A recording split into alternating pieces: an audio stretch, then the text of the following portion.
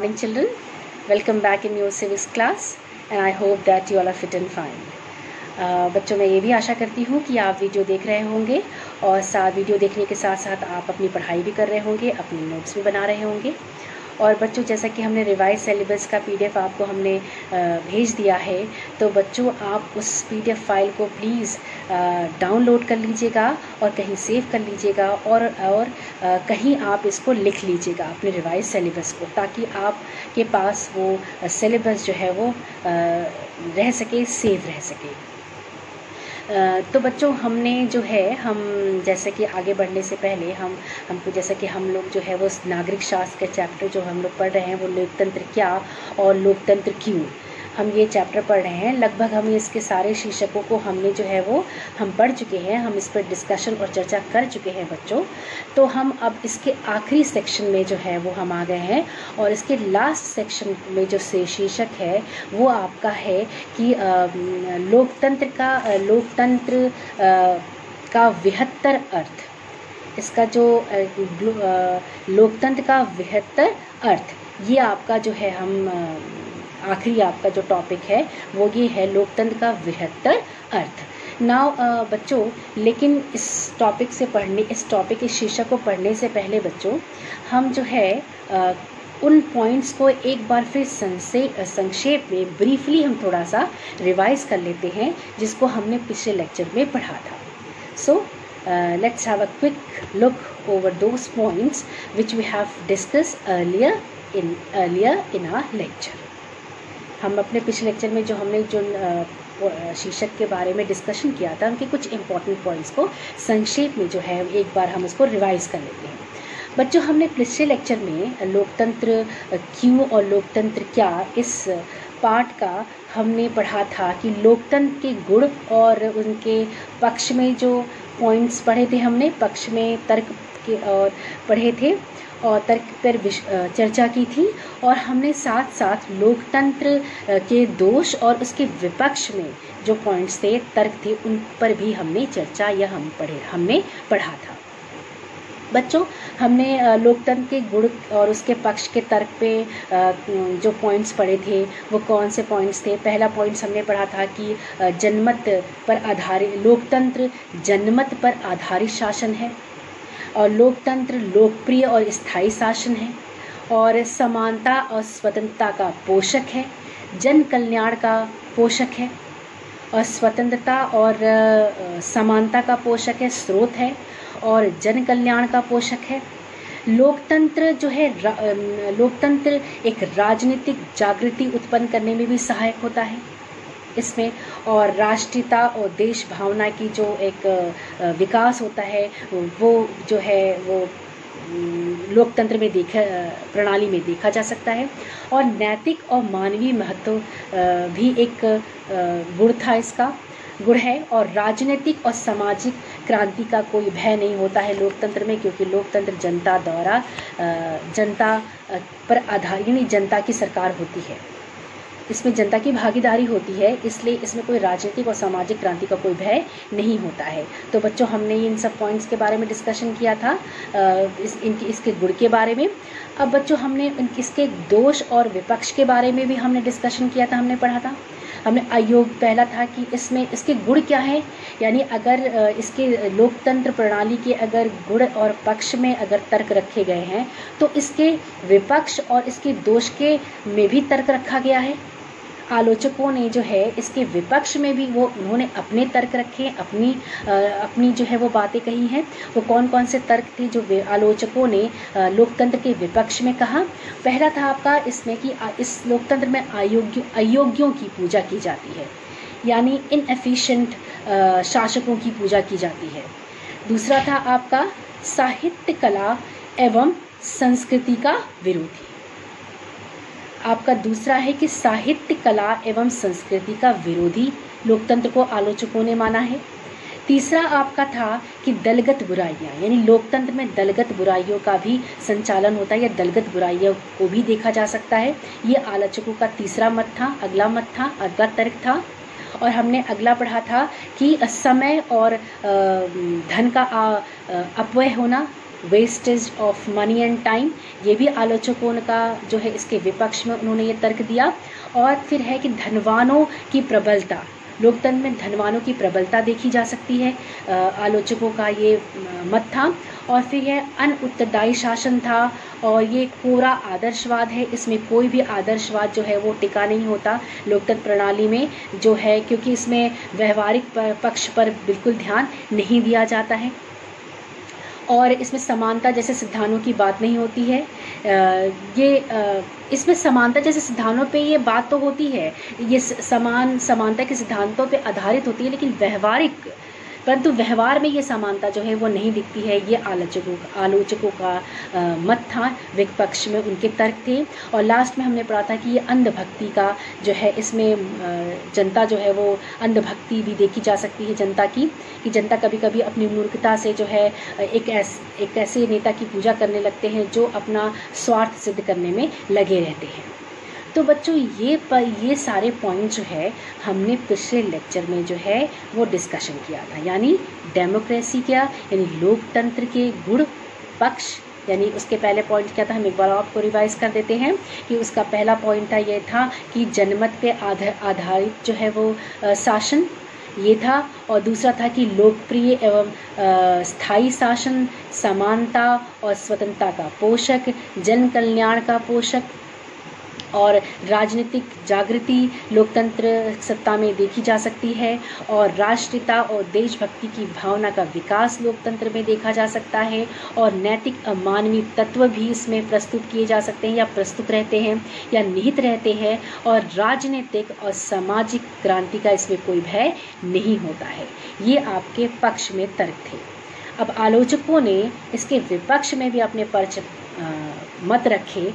जो पहला था अयोग्यों की पूजा, लोकतंत्र प्रणाली में अयोग्यों की पूजा की होती है, और दूसरा था आपका इसमें कि साहित्य, कला और संस्कृति का जो है वो विरोधी है लोकतंत्र प्रणाली, और तीसरा था आपका दलगत बुराइयां भी देखी जा सकती हैं, और अगला था आपका कि धन और समय का अपव्यय, यानी उसका wastage of time and money. और फिर धनवानों की प्रबलता, लोकतंत्र प्रणाली में जो है वो धनवानों की प्रबलता को महत्व दिया जाता है, यानी जो है धन जो निर्वाचित होते जो निर्वाचित होते हैं वो अपने अमीर होने के कारण, अमीर के बल पे जो है वो मजदूर को या गरीब जनता को खरीदने की कोशिश करते हैं, और उससे कभी कभी वो चुनाव जीत भी जाते हैं। तो ये आलोचकों का मत है। और फिर है अनउत्तरदायी शासन, इसमें व्यवहार में जो है परंतु व्यवहार में ये अनउत्तरदायी शासन होता है।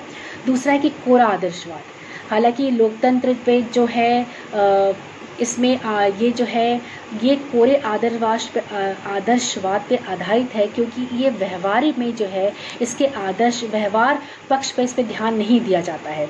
इसमें हालांकि समानता और स्वतंत्रता जैसे सिद्धांत पर ये जोर देते हैं, इस पर आधारित होता है, लेकिन व्यवहारिक रूप में जो है ये समानता स्वतंत्रता को नहीं देखा जा सकता है। ये आलोचकों का मत था इसके विपक्ष के तर्क में। विपक्ष में जो ये तर्क था उनका ये एक पॉइंट था। और अगला हमने पढ़ा था कि अंधभक्ति, यानी कभी कभी जनता जो है वो अपनी मूर्खता से ऐसी नेता का चयन कर लेती है जो कि अपना स्वार्थ सिद्ध करने में वो लगे रहते हैं। और फ्रांस में जैसे हमने पढ़ा था कि फ्रांस में नेपोलियन और जर्मनी में हिटलर ऐसे ही शासक थे, ऐसे ही शासक जो ये इसी तरीके से तानाशाह शासक बने।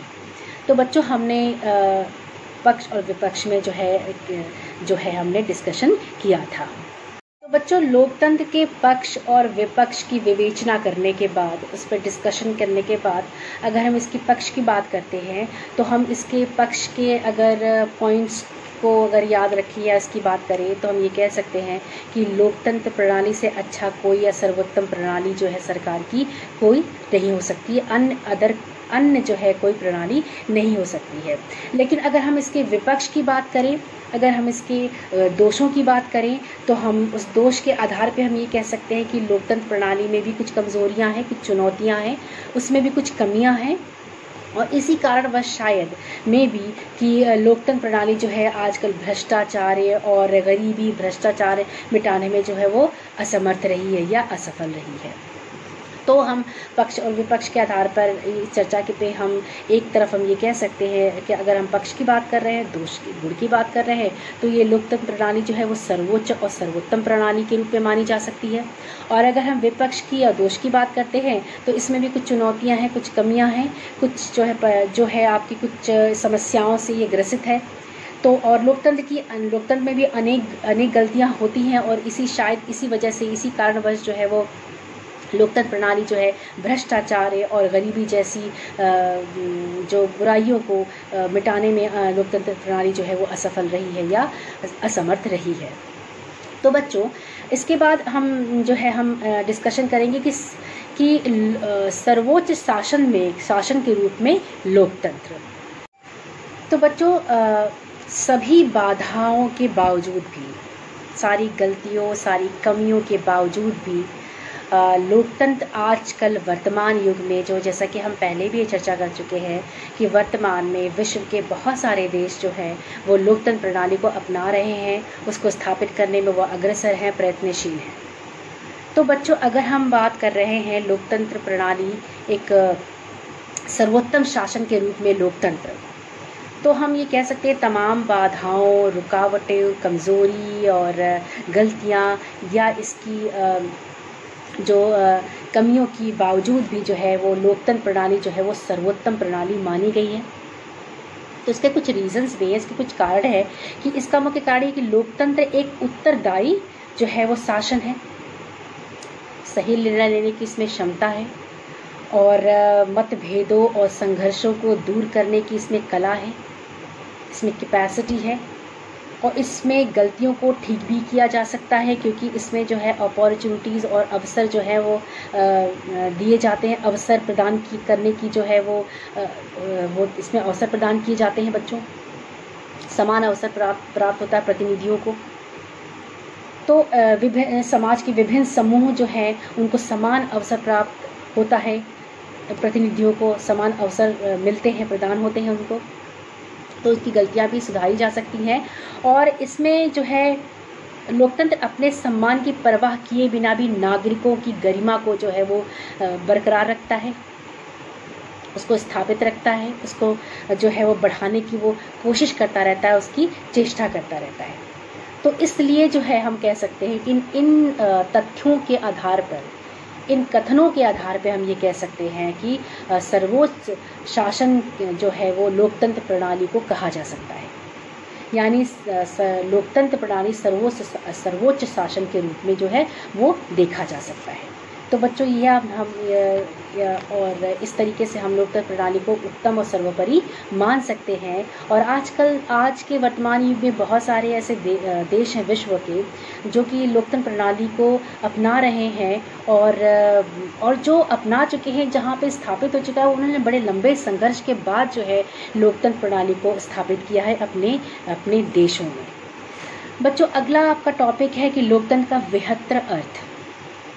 अगर हम सही मानों में कहें कि लोकतंत्र एक जीवन दर्शन है, एक सामाजिक व्यवस्था है, एक आर्थिक ढांचा और राज्य का एक स्वरूप है।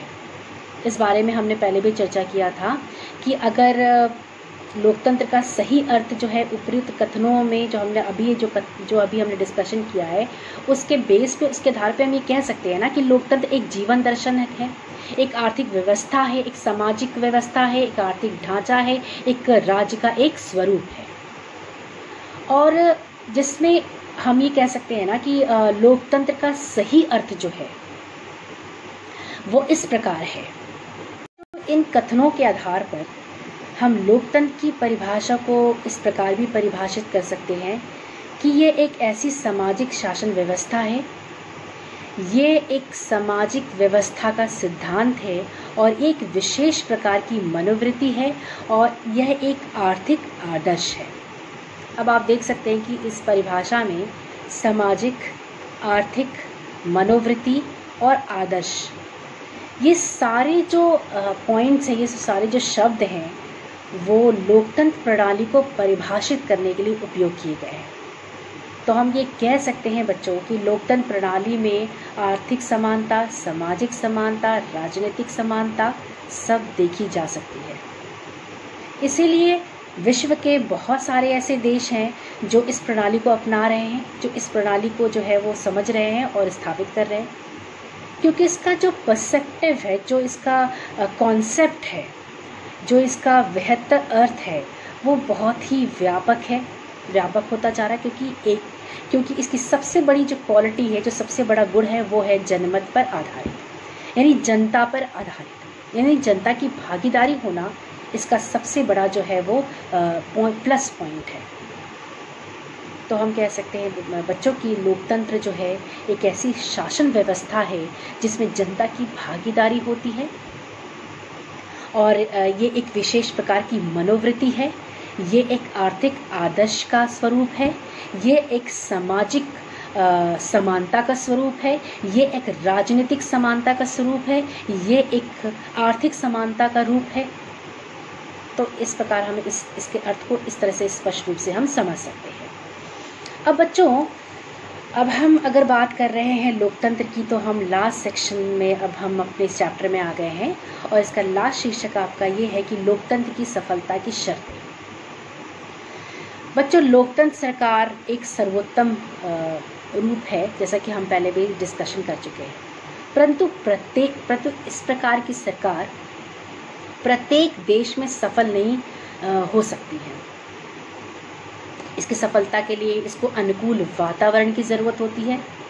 तो इसकी कुछ इस प्रकार लोकतंत्र की सफलता के लिए कुछ आवश्यक शर्तें भी हैं, कुछ आवश्यक शर्तें भी रखी गई हैं। तो बच्चों, कुछ लोकतंत्र की सफलता के लिए, लोकतंत्र की सफलता की जो कुछ आवश्यक शर्तें हैं वो मैं आपको वन बाय वन जो बताऊंगी। तो सबसे पहली जो शर्त है वो है आपका स्वस्थ और सच्चा जनमत। अब जनमत का आशय जनता की इच्छा से है, जैसे कि आपने पहले भी पढ़ा था कि इसमें प्रत्येक व्यक्ति की इच्छाओं का जो है वो ध्यान दिया जाता है। तो जनमत का मतलब है कि जनता की इच्छा से मतलब है। तो जनता की इच्छा ही लोकतंत्र की सफलता और प्रदर्शक है, उसका टॉर्च बैरियर है। अब कह सकते हैं कि जनता की इच्छा ही जो है वो लोकतंत्र का आधार है और उसका पद प्रदर्शक है। और दूसरी शर्त है बच्चों आपका कि स्थानीय स्वशासन। अब स्थानीय स्वशासन जो है वो लोकतंत्र की सर्वोत्तम पाठशाला है, यानी इसका बेस्ट स्कूल जो है वो है आपका स्थानीय स्वशासन। अब स्थानीय स्वशासन में कार्य करने के बाद जनता जो है वो लोकतंत्र संचालन कला की जो शिक्षा होती है, जिन लोकतंत्र को चलाने की जो कला होती है, यानी लोकतंत्र को संचालित करने की जो कला होती है, जो चलाने की जो कला होती है, वो जनता जो है वो सीख लेती है। जब स्थानीय स्वशासन में कार्य करने के बाद जनता में ये कला आ जाती है कि लोकतंत्र को किस तरीके से संचालित करना है। और इस संदर्भ में जो है अल्फ्रेड स्मिथ ने कहा था, इस संदर्भ में अल्फ्रेड स्मिथ का कहना था कि लोकतंत्र के सभी रोगों का जो निदान है वो इसके संचालन करने की शिक्षा में निहित है। तो आपका ये रहा ये आपकी दूसरी शर्त, आवश्यक शर्त जो थी। तीसरा आपका है, यानी अगली शर्त जो आवश्यक ज़रूरी शर्त है वो है राजनीतिक जागृति, यानी पॉलिटिकल अवेयरनेस। राजनीतिक जागृति ये आपके अगले आवश्यक शर्त है। अब जिस प्रकार स्वाधीनता के लिए बराबर जागृत होना आवश्यक है, उसी प्रकार लोकतंत्र की सफलता के लिए जनता में राजनीतिक जागृति उत्पन्न होना भी आवश्यक है। अब राजनीतिक जागृति तभी संभव हो सकता है जब नागरिक राजनीतिक समस्याओं को समझेंगे और सही प्रतिनिधि को चुनेंगे। यानी जैसे स्वाधीनता के बारे में हम जागृत रहते हैं, वैसे ही राजनीतिक जागृति भी जनता में होनी चाहिए। अब ये तभी संभव हो सकता है जब सभी नागरिक जो है राजनीतिक समस्या को समझेंगे और सही प्रतिनिधि को चुनेंगे। तो ये राजनीतिक जागृति होना भी आवश्यक शर्त है इसकी लोकतंत्र की सफलता के लिए। लोकतंत्र को सफल बनाने के लिए राजनीतिक जागृति भी उतना ही आवश्यक है। तो लोकतंत्र के उज्जवल भविष्य के लिए जनता में राजनीतिक जागृति होना आवश्यक है। तो बच्चों, और अगला आपका जो शर्त है वो है लोकतंत्र में आस्था। बच्चों, बिना आस्था के कोई भी सरकार जो है वो नहीं टिक सकती है। क्योंकि लोकतंत्र प्रणाली में जनता की भागीदारी होती है, तो अब कह सकते हैं कि लोकतंत्र की सफलता के लिए लोकतंत्र में जनता की आस्था होना बहुत आवश्यक है। अगर जनता की आस्था लोकतंत्र में नहीं होगी तो सरकार का गठन नहीं होगा और देश में लोकतंत्र प्रणाली जो है स्थापित नहीं। यहाँ लोगों की आस्था जो है वो उस प्रणाली में, उस लोकतंत्र में होना होगा, तभी लोकतंत्र प्रणाली जो है वो देश में स्थापित होगी और तभी लोकतंत्र जो है वो सफल होगा। अगली शर्त आपकी है नागरिकों की सचरित्रता। लोकतंत्र की सफलता जो है वो हम कह सकते हैं कि जनता के सचरित्र होने पर भी निर्भर करती है। यानी जनता का सचरित्र होना भी लोकतंत्र की सफलता की एक आवश्यक शर्त होती है। अब जैसे इसमें क्या है कि जनता को कर्तव्य पालन की क्षमता होनी चाहिए, जनता में सच्चाई, ईमानदारी और लगन होनी चाहिए। तो इसमें इस संदर्भ में डॉक्टर बेनी प्रसाद, जो बहुत मशहूर इतिहासकार हैं, डॉक्टर बेनी प्रसाद का कहना था कि लोकतंत्रीय सरकार जो है उसकी सफलता जनता में उच्च कोटि के चारित्रिक गठन, स्वराज की लालसा और सामाजिक सेवा की भावना पे आधारित है। यानी डॉक्टर बेनी प्रसाद ने स्पष्ट शब्दों में कहा कि लोकतंत्र की सफलता जो है वो जनता में निहित चारित्रिक गठन, स्वराज की लालसा और सामाजिक सेवा की भावना पे निर्भर है, यानी उस पर आधारित है। ये तीनों चीज़ अगर जनता में निहित है और ये तीनों चीज़ अगर जनता में पाई जाती है तो लोकतंत्र सफल हो जाता है। अगली आपकी शर्त है कि जनता का शिक्षित होना। बेशक बच्चों, ये शिक्षा सबसे अनिवार्य चीज़ है जनता के लिए। अब जैसे हम कहेंगे लोकतंत्र जो है वो जनता का शासन होता है, तो इसलिए जनता का शिक्षित होना बहुत आवश्यक है। क्योंकि अगर शिक्षित जनता में लोकतंत्र जो है, अगर बिना शिक्षित जनता के लोकतंत्र की कल्पना भी करना जो है वो व्यर्थ है। इसकी सफलता की कल्पना करना, इसकी सफलता को समझना व्यर्थ है। क्योंकि शिक्षा के बिना नागरिक ना तो अपने कर्तव्यों का सही ढंग से वो पालन कर पाएगा और ना ही वो अपने अधिकारों को सही ढंग से समझ पाएगा। दोनों ही चीज़ें जो है वो बिना शिक्षा के नागरिक जो है वो नहीं कर पाएगा। यानी अपने अधिकारों को भी वो समझ नहीं पाएगा और अपने कर्तव्यों का भी वो पालन नहीं कर पाएगा। और इस संदर्भ में जो है डॉक्टर J.S. मिल का कहना था, जो है उन्होंने कहा, प्रथम इतिहासकार, ये भी प्रमुख इतिहासकार हैं और एक आलोचक के रूप में भी ये जाने जाते हैं। तो इन्होंने J.S. मिल का भी कहना था, इनका भी यही कहना था कि मतदान यानी वोट देने का जो अधिकार है, मतदान को सार्वजनिक बनाने के लिए शिक्षा का जो द्वार है वो सबके लिए खुला होना चाहिए। तभी जो है वो, अगर जनता शिक्षित होगी तो वो अपने अधिकारों को समझ पाएगी। अगर जनता शिक्षित होगी तभी वो अपने कर्तव्य का सही ढंग से पालन कर पाएगी।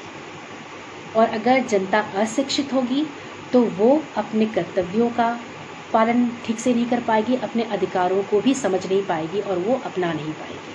तो लोकतंत्र की सफलता के लिए जनता का शिक्षित होना भी बहुत आवश्यक है। बच्चों, अगली शर्त है आपका आर्थिक समानता। जैसा कि हमने आर्थिक समानता की और राजनीतिक समानता और सामाजिक समानता की डेफिनेशंस आपको बता दी थी पहले भी। आर्थिक समानता में जैसे आपको पता ही कि लोकतंत्र समानता के सिद्धांत पर आधारित है और आर्थिक समानता का मतलब ये है कि अर्थ ये कि सभी नागरिकों को जो है वो जीने के लिए समान अवसर प्राप्त हों और उनको इतना सामान और मजदूरी इतनी दी जा सके ताकि वो अपनी आवश्यकताओं और ज़रूरतों को वो पूरा कर सके। और इसमें जो है कह सकते हैं कि इस संबंध में कोल ने कहा कि आर्थिक समानता के बिना राजनीतिक स्वतंत्रता के बारे में सोचना भी निरर्थक है। यानी अगर लोकतंत्र प्रणाली में और अगर देश में आर्थिक समानता नहीं है तो उसमें राजनीतिक स्वतंत्रता भी कायम नहीं हो सकती है। इसलिए लोकतंत्र को सफल बनाने के लिए आर्थिक समानता की भी आवश्यकता होती है। और बच्चों अगला आपका पॉइंट है, अगला आपका जो है अगला आवश्यक तत्व है जो लोकतंत्र की सफलता के लिए आवश्यक है, वो है आपका सामाजिक समानता। अब सामाजिक समानता के अगर हम कैसे आर्थिक समानता के साथ साथ लोकतंत्र प्रणाली में को सफल बनाने के लिए सामाजिक समानता की भी आवश्यकता होती है। और इसमें क्या होता है, नागरिकों को आर्थिक समानता प्राप्त तो होनी ही चाहिए, साथ साथ सामाजिक समानता भी प्राप्त होना चाहिए। जैसे कि उनको गरीब अमीर धर्म जाति लिंग रंग रूप के आधार पर उनको उनमें भेदभाव नहीं करना चाहिए, समान अवसर प्राप्त देना चाहिए, समान अवसर उनको देना चाहिए। और इस प्रकार लोकतंत्र में सामाजिक समानता जो है वो बहुत महत्वपूर्ण और सबसे महत्वपूर्ण मानी जाती है, क्योंकि लोकतंत्र प्रणाली जनता की प्रणाली होती है और जनता में सभी धर्मों के मानने वाले लोग होते हैं, तरह तरह भाषा के बोलने वाले लोग होते हैं, तरह तरह संस्कृति को मानने वाले लोग होते हैं, हर प्रकार के लोग होते हैं, हर वर्ग के लोग होते हैं। इसलिए यहाँ पे सामाजिक समानता भी बहुत आवश्यक है लोकतंत्र की कामयाबी के लिए, उसकी सफलता के लिए। तो बच्चों हम ये आपके कुछ पॉइंट्स थे जो कि लोकतंत्र को सफल बनाने के लिए कौन कौन सी शर्तें थी, कौन कौन से जो है महत्वपूर्ण तत्व थे, वो हम लोगों ने अभी डिस्कशन किया। अब हम कह सकते हैं ना बच्चों कि स्पष्ट रूप से ये क्लियरली बिल्कुल स्पष्ट है कि हम यदि हम चाहें तो लोकतंत्र को सफल बनाने में अग्रसर हो सकते हैं और अनेक बाधाओं और मुसीबतों या समस्याओं से घिरे रहने के बावजूद भी जो है वो लोकतांत्रिक शासन व्यवस्था जो है वो कहीं ना कहीं बहुत श्रेष्ठ है और उत्तम है। यदि ऐसा नहीं होता तो हम कह सकते हैं ना कि बहुत सारे नेपाल में भी जो है लोकतांत्रिक जो है व्यवस्था देखी गई है, शासन नहीं होती वहाँ पर। और हम पढ़ चुके हैं इससे पहले भी नेपाल में इससे पहले कौन सी शासन व्यवस्था थी। तो बच्चों अगर ऐसा नहीं था कि जो है म्यांमार में जो वहाँ की जो प्रेसिडेंट थी सू ची, कैद में रहकर भी उन्होंने लोकतंत्र प्रणाली को बहाल करने का प्रयत्न वो करती रही, कोशिश करती रही। तो बच्चों ये प्रणाली सर्वोच्च और सर्वोत्तम मानी गई है, तभी जो है वो विश्व के बहुत सारे देश जो हैं इसको अपना रहे हैं, इसको समझ रहे हैं, इसको अपने देश में स्थापित कर रहे हैं। तो बच्चों जो है आपका यहाँ पर ये चैप्टर अब हम ये चैप्टर जो है यहाँ पर आपका समाप्त होता है, ख़त्म होता है। And we have completed this chapter. हमने इस चैप्टर को ख़त्म कर लिया है और जो है हम इसके क्वेश्चन आंसर आपको PDF फाइल के थ्रू मैं I will send you with along with the next video. ये अगले वीडियो में जो है मैं आपको PDF फाइल में इसके क्वेश्चन आंसर जो है वो भेज दूंगी और अगले वीडियो में हम दूसरा चैप्टर जो है वो शुरू करेंगे। तो बच्चों अब हम यहाँ बंद करते हैं और अगले वीडियो में हम दूसरा चैप्टर शुरू करेंगे और साथ में इसके क्वेश्चन आंसर की जो है वो आपको PDF फाइल भी मैं आई विल सेंड यू, मैं आपको भेज दूँगी। सो बच्चों आपका ये चैप्टर ख़त्म हो गया। सो अब आप जो है वो एक बार अपनी बुक ज़रूर पढ़ लीजिएगा, एक बार सारे पॉइंट्स एक बार ज़रूर रिवाइज़ कर लीजिएगा। So take care of yourself and your family. Good bye.